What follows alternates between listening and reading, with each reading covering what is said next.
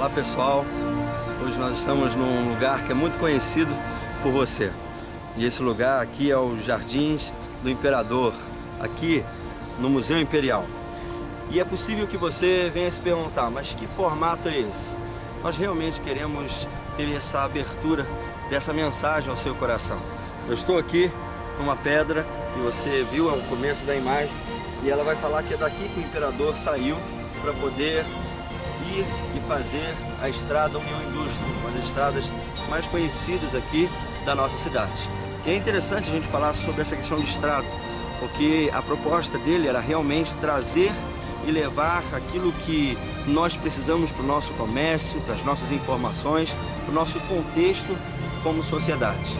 Você sabe que o Reflexões do Caminho quer trazer essa proposta para você. Uma proposta de uma mensagem que possa acrescentar a sua vida, com uma possibilidade de uma estrada, onde a nossa troca de informações, a nossa troca de experiências, realmente facilitará a nossa projeção no caminho. Fique comigo nesse momento de divulgarmos a mensagem.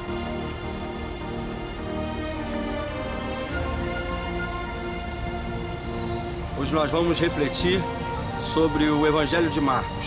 O Evangelho de Marcos é o segundo evangelho lá no Novo Testamento. Nós temos 4 evangelhos. E o Evangelho de Marcos é aquele que é a fonte de todos os demais. Apesar de ser o segundo evangelho, ele é a fonte dos outros 3 evangelhos que nós temos na nossa Bíblia. E essa menção que nós queremos fazer hoje está contida lá no capítulo 1, verso também 1. Diz assim: esse é o princípio do Evangelho de Jesus. Eu quero pautar um pouquinho com você agora o que quer dizer essa palavra evangelho, a expansão dessa palavra para a gente. Vai dizer a história que os governadores romanos, eles quando iam à guerra e venciam seus oponentes, voltavam com as suas vitórias, eles retornavam com as suas boas novas, ou seja, com seus evangelhos, para poder propagar para o povo todo aquele nacionalismo, toda aquela glória de ser um povo romano e ser um povo, assim sendo, vitorioso. Por isso, quando se fala em evangelho, você pode realmente relacionar isso com boa notícia. E aí que eu quero me pegar com você um pouco. O que seria uma boa notícia para você? O que seria um retorno para você de algo bom para a sua vida? E aí você pode me dizer que boa notícia para você pode ter várias cogitações. Boa notícia para mim hoje seria se eu fosse contemplado naquele consórcio de casa que eu fiz. E aí essa seria a grande boa notícia para minha vida.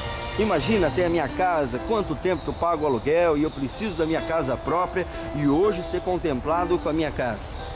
Talvez você vai dizer, não, a boa notícia para mim é aquele carro.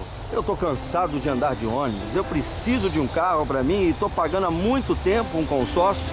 Por isso, seria ótimo se eu pudesse ter o carro contemplado aqui, dentro da minha casa, dentro da minha garagem. Isso seria uma ótima notícia. Ou se não, você que fez aquele vestibular, lutou tanto tempo para poder passar por uma faculdade, se você fosse contemplado com a boa notícia de que você passou por uma faculdade federal, valorizaria o seu serviço, valorizaria o seu trabalho, passar por uma faculdade federal, talvez algo que você já há muito tempo já tem no seu coração e já tem vontade. Ou até mesmo, a boa notícia que você tivesse hoje para a sua vida seria encontrar o seu príncipe ou a princesa encantada. Quem não quer um amor para dividir o seu coração e dividir as suas tristezas e alegrias também? É claro que nós precisamos disso. Mas o que Marcos quer dizer com boa notícia quando ele fala sobre o Evangelho de Jesus? Qual é a menção e qual é a vontade de Marcos para propagar ao nosso coração? Quando Marcos fala sobre boa notícia acerca de Jesus, ele quer falar sobre a chegada do reino de Deus. O reino de Deus se faz presente no meio de nós. Mas eu confesso a vocês que eu tenho uma grande preocupação. E qual é a minha grande preocupação? É que muita gente tem transformado as boas novas, a boa notícia, em má notícia.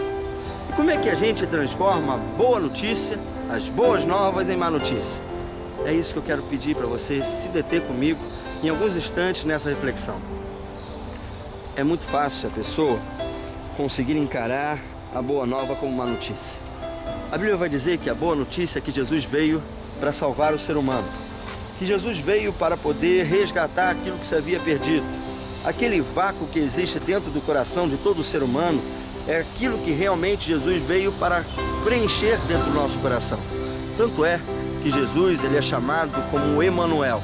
E o que quer dizer Emanuel? Deus conosco. Deus se faz presente na nossa vida. Não é uma distância, não é algo anos-luz, de maneira nenhuma. Deus está no meio de nós. Essa é a boa notícia.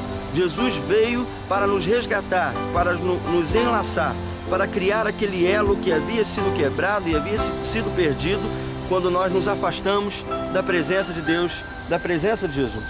Por isso, a boa notícia é que Deus veio para salvar o mundo, que Deus veio para se reconciliar com o homem. A boa notícia é que Deus não desampara ninguém. Agora, como transformar isso em má notícia? Infelizmente, tem muita gente que fica anunciando o Evangelho ou fala da Bíblia e começa a dizer para as pessoas: e por favor, repare se não é isso que acontece.